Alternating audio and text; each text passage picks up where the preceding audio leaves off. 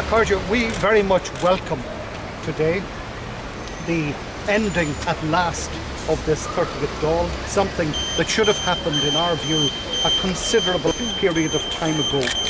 That said, we're also very proud of our record over the course of the past 3.5 years here since June of 2007. We have helped to ensure that people's rights have been argued for, that the various issues that matter in the daily lives of ordinary people have been reflected by each of us as Sinn Féin elected representatives, not only in relation to our respective constituencies, but statewide and nationwide. We are also proud of the fact that we have played some not inconsiderable part in actually bringing this Dáil to an end. All of this, of course, comes from our standing for the rights of people, and very particularly the rights of the people of Donegal Southwest, vindicated through the court and the action taken by now Deputy Pearse Doherty, and whose election afterwards was indeed a significant part of the events that led to, ultimately, the demise of this Brian Cowan Fianna Fáil-led coalition. We have used the opportunities open to us, limited though they were over the greater part of this past Dáil, because we didn't have the numbers for full independent political party status, but also because a technical group wasn't possible until the latter weeks of this Dáil itself.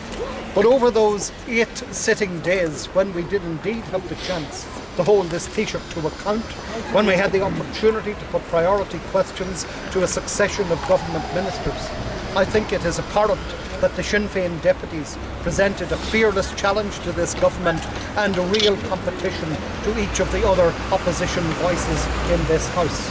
We're looking forward to the upcoming election contest.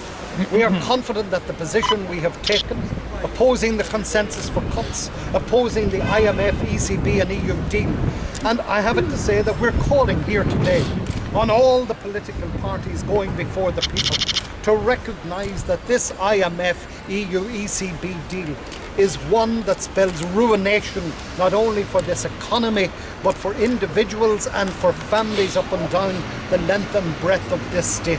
We're calling on these political parties, and particularly on Fine Gael and Labour, to recognise that we cannot go forward with this arrangement, and that we should pull out from this and look at the real alternatives that offer. For our part, we will continue to articulate the real alternatives that we have presented, that we have defended, that we have argued for over this past considerable period of time. And we are confident that there is an ever-growing realisation on the part of the electorate that the Sinn Féin analysis is right and that it is deserving of growing support. When we return post this general election to come through the gates of this House, I have no doubt that we will be a considerably increased team in number terms.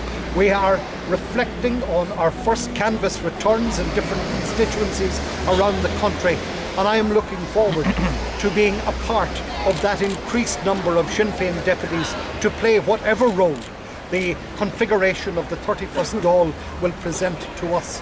I would like, before concluding, to pay a special tribute to our own colleague, Deputy Arthur Morgan, for whom this is probably his last doorstep meeting with the media.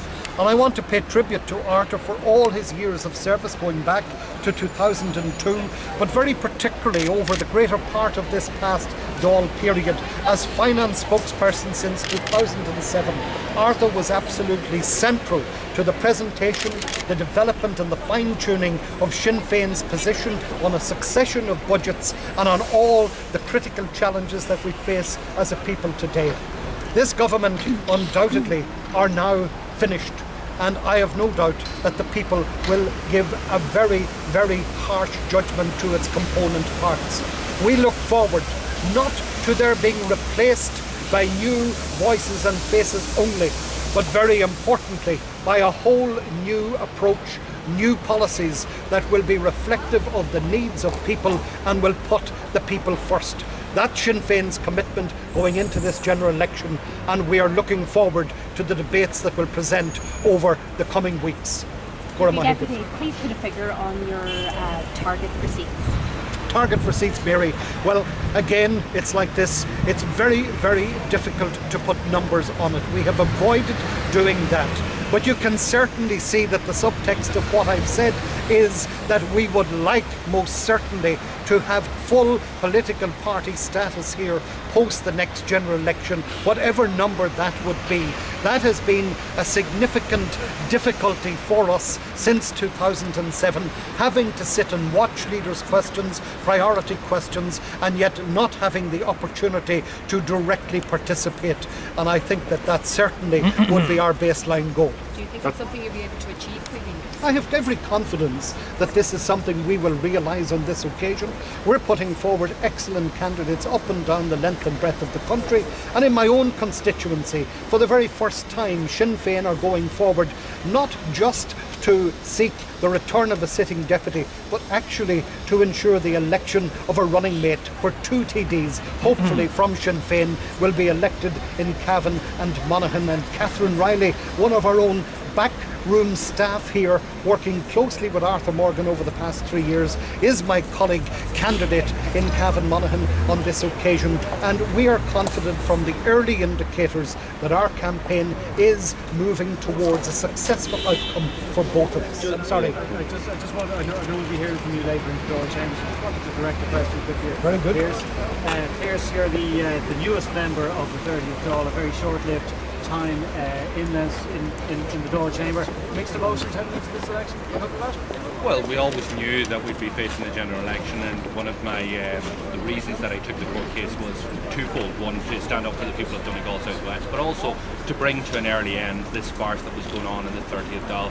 And I think the court case and the stance that I took has vindicated that, because they were forced into calling an early election because they knew fine well that the other 2 cases that were pending would have been successful, and they would have lost another 2 numbers in relation to the numbers in the House behind me. So I think it's, we've always known that we had to fight this election.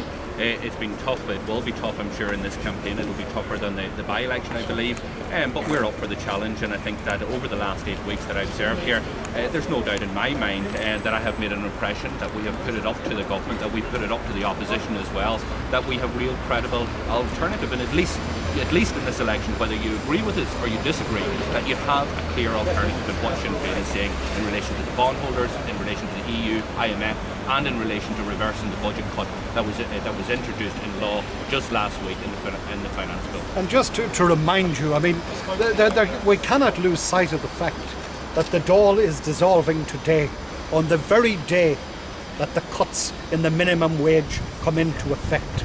I mean, it's so apt in terms of this government's exit in disgrace. It is the final epiphany for this particular government and for the contribution of Fianna Fáil and the Greens to the electoral politics of this state over the past 3.5 years. We have to look forward to better times. We have to maintain hope.